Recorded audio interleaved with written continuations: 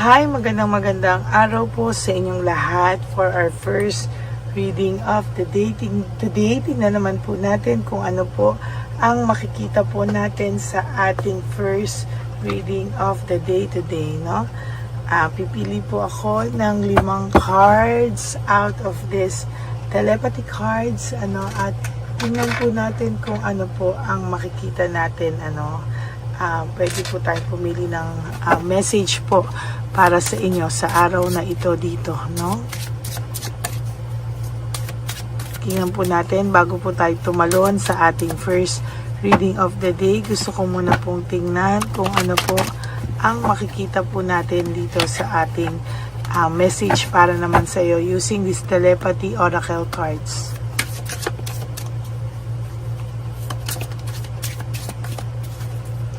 Naguhulugan na po siya, hindi pa man.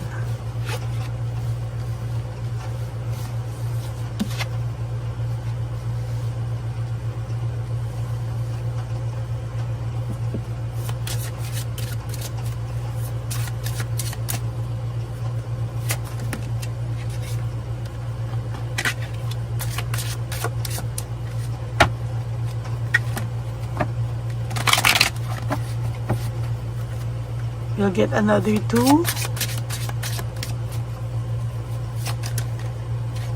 Ayan, naguhulugan talaga. Sila na po namili sa sarili nila.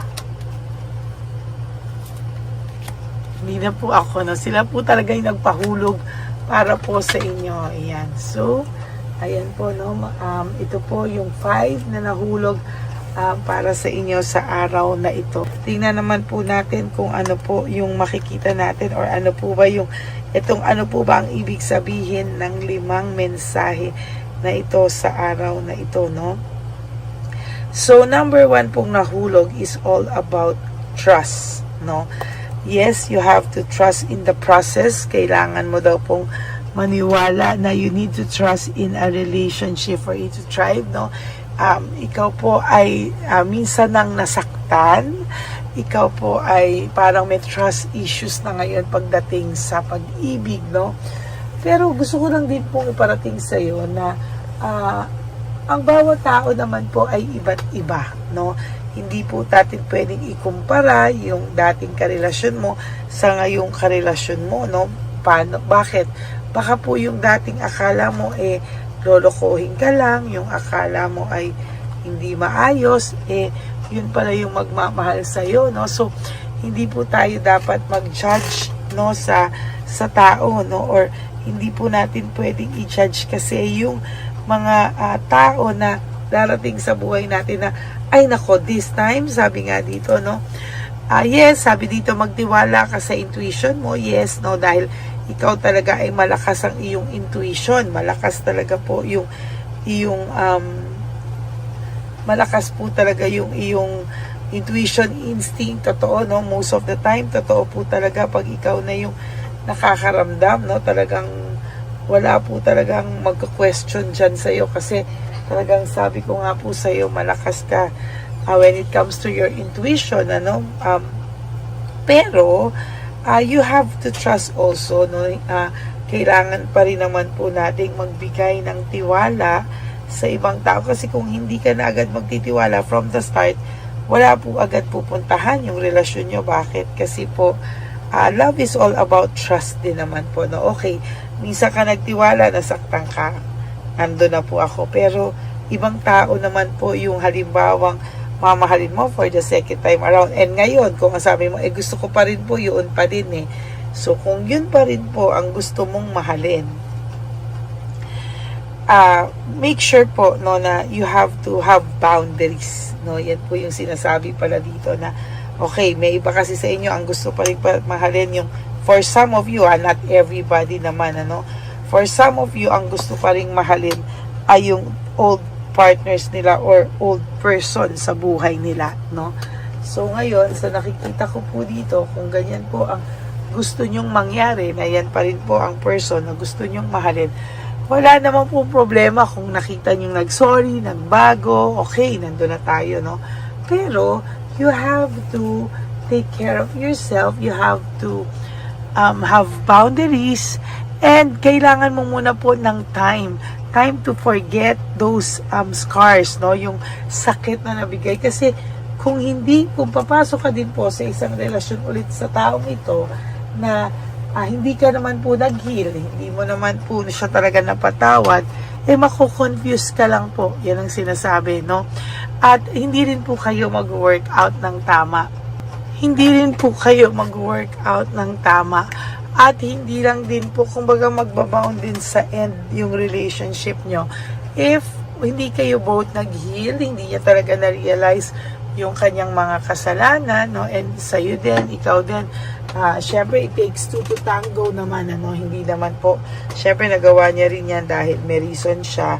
And siguro kung babalik siya sa'yo, tingnan mo talaga, no? Sabi nga dito, yes, trust your intuition sa taong ito. Kung ito ba ay worth it ng pagbigyan ulit ng second time around na chance, no? Pero kung sa nakikita mo naman po ay hindi ka pa din nag-heal, sayang naman po, no? Parang kailangan mo pong iparamdam din sa taong to na nagkaroon ka na po ng boundaries, and kailangan make sure na binigyan mo muna ng time to forget those scars, yung sakit na binigay niya sa'yo. Dapat mag-heal ka, kasi kung hindi, sabi ko nga po sa'yo, mako-confuse ka lamang po, no? Yan po yung mangyayari sa'yo. Okay? So, yan po ang ating Lover Oracle para sa inyo sa araw na ito. Ngayon po, this is not Lover Oracle, sorry po, Telepathy Oracle cards. So, ngayon naman po, ay tingnan naman po natin kung ano naman po ang makikita natin.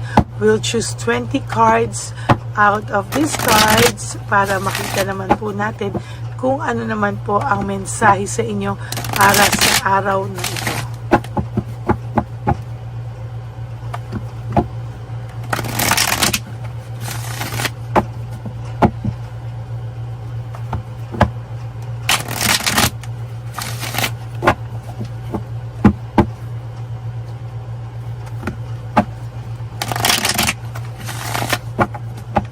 Okay, pili na po tayo ng 20 cards para makita po natin na ang mensahe naman para sa araw nito. 1, 2, sorry po, nahulog ang mga insenso.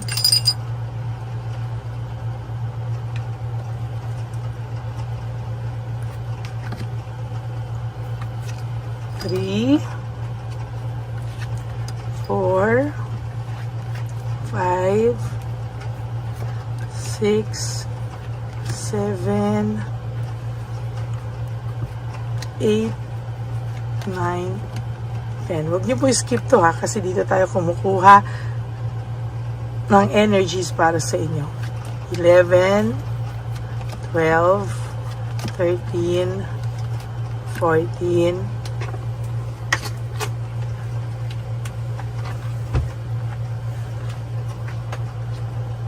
15, 16, 17, 18, 19, 20.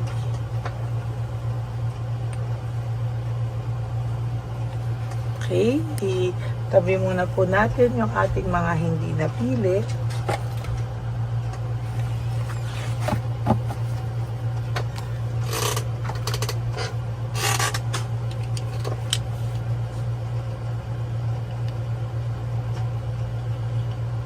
Buksan muna po natin ang ating mga kandila.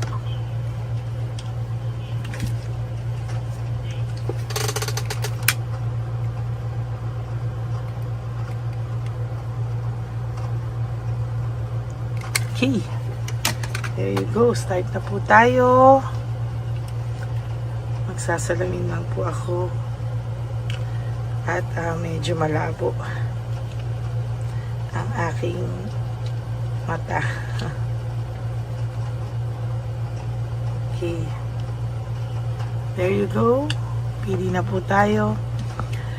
Emotional immaturity. No? So, this person, naging immature siya.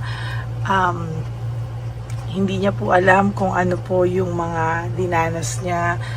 Parang sinisisi niya pa po ikaw na parang siya po ay nagkamalas-malas, para po yung buhay niya ay somehow ay naging puno ng kalungkutan, at siya po ay hindi po maayos-ayos, no? So far this person po ay talagang hindi niya po akalain na darating po siya sa isang sitwasyon kung kailan at saan. Nalungkot po siya talaga nung time na kayo pa, no, parang pakiramdam niya ay gusto niyang umalis, gusto niyang lumayo sa'yo, pero nung nawala ka po at lumayo ka, parang hindi rin naman po niya alam bakit naman po hinahanap-hanap ka niya. So talagang immature, hindi niya po alam kung ano po ang gusto niya sa buhay niya, no? Talagang naguluhan po itong taong to, and technically hindi po niya talaga alam kung ano yung gusto niya sa buhay, no? Kaya nga po sinasabi ko sa'yo, medyo may pagka-immature ito because hindi niya po alam ano ang gusto niya sa buhay niya. Leaving behind, walking away, ang tao pong ito ay nakakaramdam ng pagkabagabag, ano? Mostly, hindi niya po alam kung bakit, saan siya nagkamali, no? Bakit na niya nagawa ito sa iyo, no? Meron din naman po siyang pagsisisi, at meron din naman po siyang tinatawag na resentment, ano? May resentment din naman po itong taong to, at kahit papano ay nakakaramdam din po siya na hindi po tama ang kanyang mga ginawa sa iyo, no? Siguro somehow na-realize niya na maling-mali nang iniwanan kanya. Marami po siyang inambisyon actually, no? Marami po siyang inambisyon, marami po siyang inisip na gawin, marami po siyang mga plano na hindi po natupad, at sa nangyari pong yan sa kanya ay talagang nahirapan po siya, and somehow hindi niya po ginusto yung mga nangyari sa kanya. Meron po siyang naramdamang fatigue and exhaustion. Naging sobra po siyang malungkot sa buhay niya. Parang pagod na pagod po siya sa mga sitwasyon niya ngayon. At yan po yung matinding hindi niya inasahan. Base po lahat yan sa pagiging impulsive niya, at medyo nahihirapan po talaga siya, no? Marami po siyang failure sa buhay niya ngayon, and sa nakikita ko po, lack of initiative, no? Wala pa po siyang ginagawang any hakbang para po maitama niya po yung mga ginawa niya po sa iyo, no? Somehow this person ay medyo malungkot po siya talaga, no? Ayan, no, immature talaga, naging rude pa nga siya sa iyo, no? Pero para ngayon po sa mga nakikita ko sa barahan niya, naging careless siya sobra sa mga actions niya, and sa nakikita ko naman po dito ay somehow medyo naging greedy din siya sa iyo, no? Naging greedy siya, and may coldness dito, no? May coldness, and may coldness siyang may coldness akong nakikita sa kanya, and disappointment, no? May disappointment akong nakikita, no? Ngayon siya nalulungkot, nahihimasmasan na siya ngayon, ano? Ngayon siya nahimasmasan, at sa nakikita ko talaga ay kahit papano yung pagkahimasmas niya ay nangyayari na, nahihimasmasan na to sa mga nagawa niya po sa iyo, no? Gusto niya sanang i-give up lahat ng mga kalokohan na nagawa niya, gusto niya pong itama, pero wala pa po, no? Sabi niya nagkamali po siya sa pagja-judge niya sa sitwasyon, sa feelings niya. Lahat ng pinapakita niya, it's beyond full success, no? Living beyond means, no? Talagang alam niya po na nasaktan ka niya, oh. And sa nakikita ko po, bigla siyang nagkaroon dito ng sudden awareness, no? Naging magulo po ang mundo nito, at sa nakikita ko, hindi niya po akalain, ano, na mababago yung mundo mo, o ikaw po ay magiging maayos sa mga susunod na araw sa buhay mo, no? Akala niya po hindi ka makakasurvive, and akala niya po ikaw ay matatakot sa mga pagbabago na wala siya, pero nagkamali po siya dahil nagkaroon ka pa po ng clear mind and bagong perspective sa buhay. Siya po ay nahihimasmasan ngayon at parang nare-realize niya talaga na himasmasan siya, na nagising siya bigla na maling-mali ang mga nagawa niya sa iyo at mga desisyon niya sa inyong relasyon. Yan po ang ating first reading of the day. I hope naka-resonate po kayo. And if you do, can you please give me a like and comment down below para naman po malaman natin kung ano naman po ang kanyang emotions based dito sa ating mga nakita. Okay, yan po ang ating first reading of the day. For those of you who would like to have a private reading with me, you can message me po at Ladyly Elena. That's Ladyly Elena. Nasa dulo po yan na ating video. Diyan nyo lang po ako pwedeng makontak. That's my only official and legit FB and Messenger account. No? Yan po ang ating diyan nyo po ako makakausap yung account na yan. At nilabas ko din po ang fake account ng Lady Elena na kung saan po meron po tayong scammer at siya po ay nang i-scam ng tao, no? Nang i-scam po siya, nag-hack po siya ng mga details, so mag-ingat po kayong lahat, okay? And sa akin naman po mga ever loyal, solid, and faithful na Lady Elena family, I love you all from the bottom of my heart. Mahal ko po kayong lahat. At please lang po, no skipping of ads. Tulong nyo na po yan sa ating channel. Excuse. At for those of you who would like to give me a super thanks for this video, I would really, really appreciate that and love that from the bottom of my heart. Maraming salamat po sa inyong lahat. And para naman po sa aking mga ever loyal na family dyan, ang alam nyo naman po, ang payo ko sa inyo is just to live one day at a time. You do 3 things that will make you happy for the day. Prioritize yourself. Make yourself happy, no? And sana po ay maging maayos po ang inyong kalagayan. So pagising niyo po sa umaga, you pray, you be grateful that you are still alive. Forgive yourself. Importante po yung patawarin niyo po ang inyong mga kasalanan sa sarili niyo at bumawi po kayo sa sarili niyo. And be grateful na tayo po ay may chance pa bumawi sa ating sarili. And always choose to love yourself, because self-love is still the best love of all. And you have to realize that life is so short. Don't make it shorter by stressing yourself from all the pains and heartaches na binigay sa iyo ng kahapon. Just surrender everything to the divine universe and just let go and let God write your life and love story. I will be back for another set of reading. Huwag po kayong magsasawang mag-intay ng readings, because hindi din po ako magsasawang magbigay sa inyo ng readings. Okay? I love you all and God bless you. See you again on my next reading. Bye!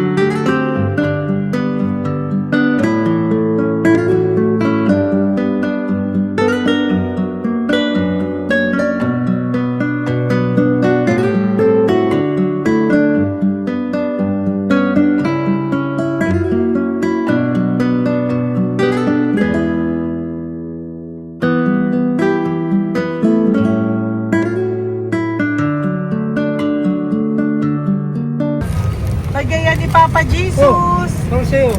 Ito pa nung. Go ahead. Pera. Wala na, that's it? Ito po pera. Ito pa pera, oh.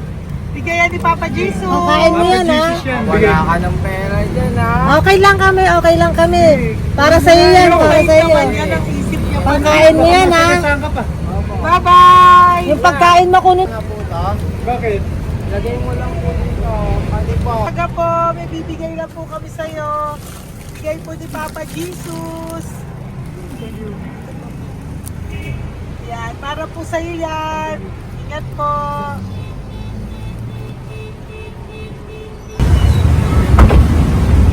Ganda tanghali po. May bigay po si Papa Jesus sa inyo. Salamat po. Salamat po. Ito po. Salamat po. Tigisa po kayo sa Pampaw. Thank you po. God bless po, nanay.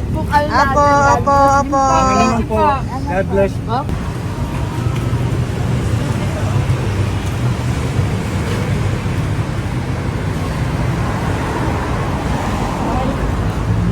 Bigay po ni Papa Jesus sa inyo.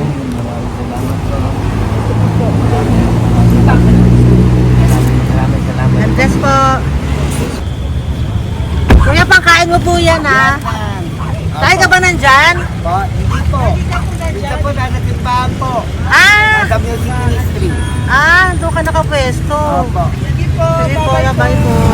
God bless po. Ingat.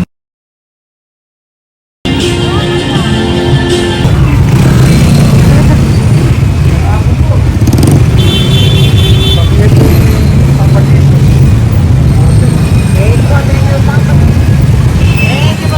Thank you po, bye po. Meron pa eh. Yo, bigay po ni Papa Jesus. Salamat po. Yan. Good. Tay, para sa'yo po, bigay po ni Papa Jesus. Papa Jesus, eh. Tay, bye-bye. God bless po, God bless. Para sa iyo po, bigay po ni Papa Jesus. Ayan po, bigay po yan sa ni Papa Jesus. Thank you po. Amen.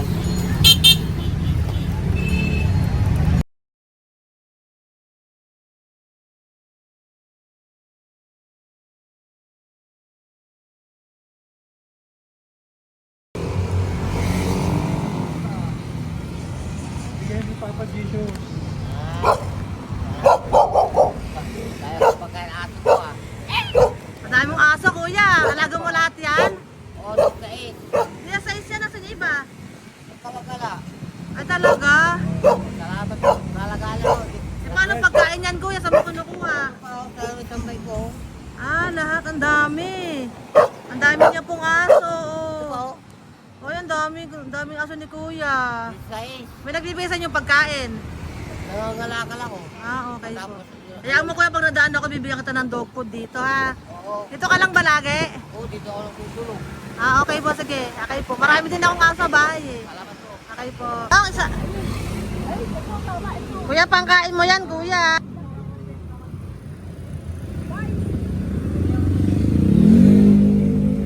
Nangangalakal ka, kuya? Sige po, thank you po. Maraming salamat, ma'am. May pagkain ka, nanay. Sa hirap ng buhay ngayon. Ba't nandito ka, nay? Tagasan ka ba? Yung arthritis ang sakit ko eh. Tagasan ka ba, nay? Sa plado eh. Sa Pladway. Oo. Okay po.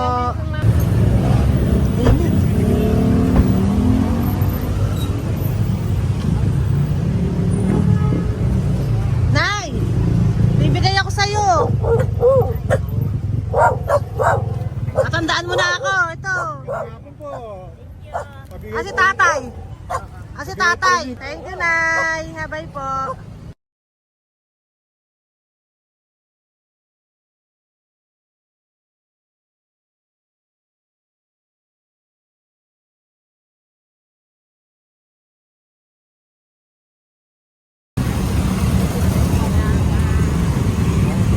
God bless, Tay. Thank you po. Pabigay po. Ay, bigay po ni Papa Jesus. Salamat po. Bigay po ni Papa Salamat po, Jesus. ate. Ito po, oh. Salamat po. Bigay po ni Papa Jesus. Ito pa po. Salamat po, tay. Salamat po, tita. Bye-bye po. Maraming po salamat. Kayo, ate. Opo, ingat po kayo. Taga saan po Ingat kayo? Taga Tayabas, Quezon po kami. Mga aita po kami sa Quezon, mga katutubo. Sige. Ingat po. Salamat God bless.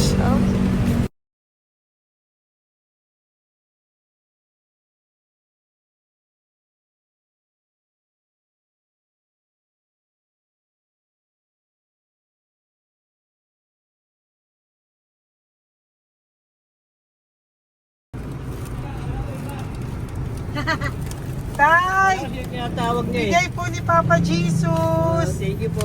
Ayan po. Sobrang Ang sipag mo naman, tay. sipag nyo naman po. Kanina po kasi, taglagas ngayon, taglagas. O, pang merienda nyo po yan, Sige po, ha? salamat po sa inyo. Tapos yung root bags po, Kala ko uwi sino nyo po. binubusinahan niya eh. Sige Sige po, na bye-bye po. Sige po, salamat po. Bye-bye.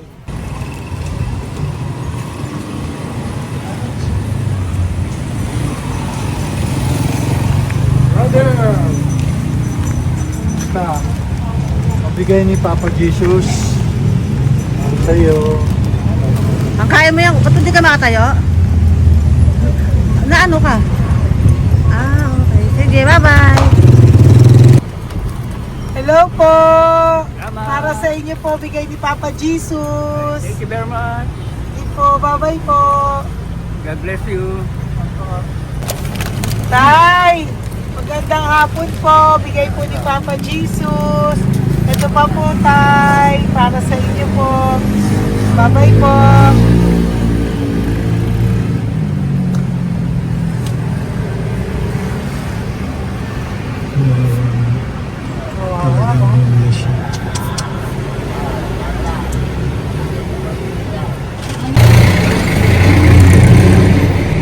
Ate. Ano lang, baka maano siya. Ito po, bigay po sa'yo ni Papa Jesus. Ito pa po, pera po. God bless po. Okay, taga saan ka po? Sige, ingat ka po, Hello po, magandang hapon po. Ano po? Bigay po sa'yo ni Papa Jesus. Thank you, madam. Tsaka ito pa po, para po sa'yo. Salamat. Thank you po, ingat po. Thank you, ma'am. Sige po. Salamat. Akala ko, ma'am, bibili. Ay, hindi po, para sa'yo po yan. Bye-bye Thank you, po. ma'am.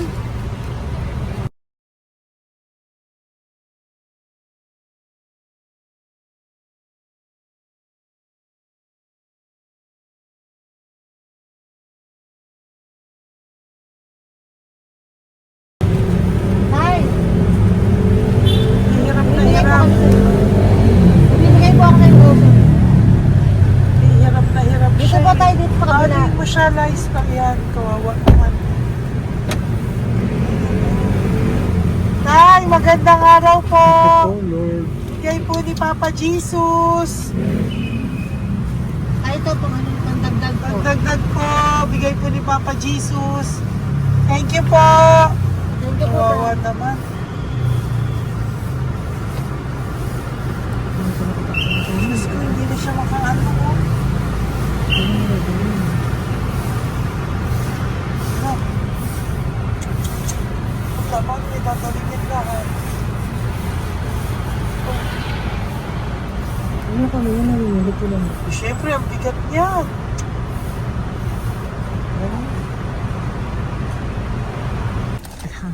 Kaya, bigay sa'yo ni Papa Jesus. Sige po, ma'am.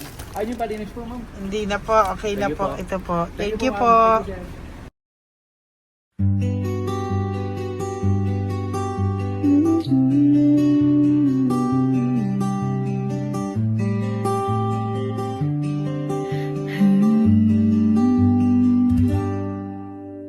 Nasa panahon ako ng kalungkutan, panahon na hindi ko alam ang gagawin.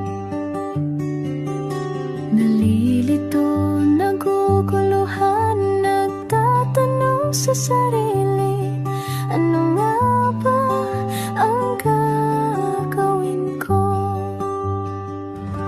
Nang biglang nag-browse ako sa YouTube at biglang lumabas ang channel mo. Ang mensahe na noon ay nilabas mo.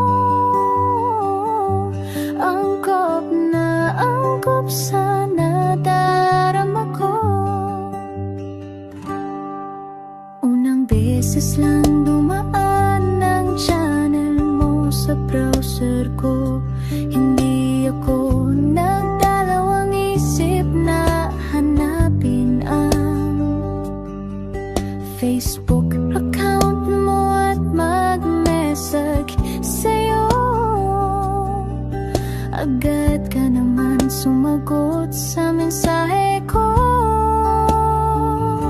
Hindi ko alam ang damdamin noon dahil parang may sumungaw sa aking pag-asa. Nang kaliwanagan sa dilim ng gabi, dumating ka, ikaw ang sagot sa panalangin. Salamat dumating ka at nakilala kita, Madam Elena. Nabago mo ang pananaw ko. Noon ay malabo, ngunit ngayon ay may linaw na tinatahak. Salamat sa Diyos, ikaw isang anghel.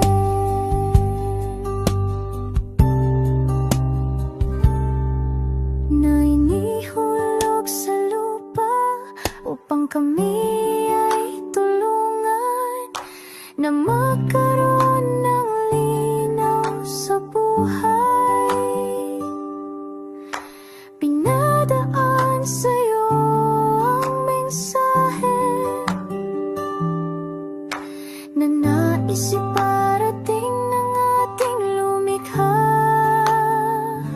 Salamat sa buhay.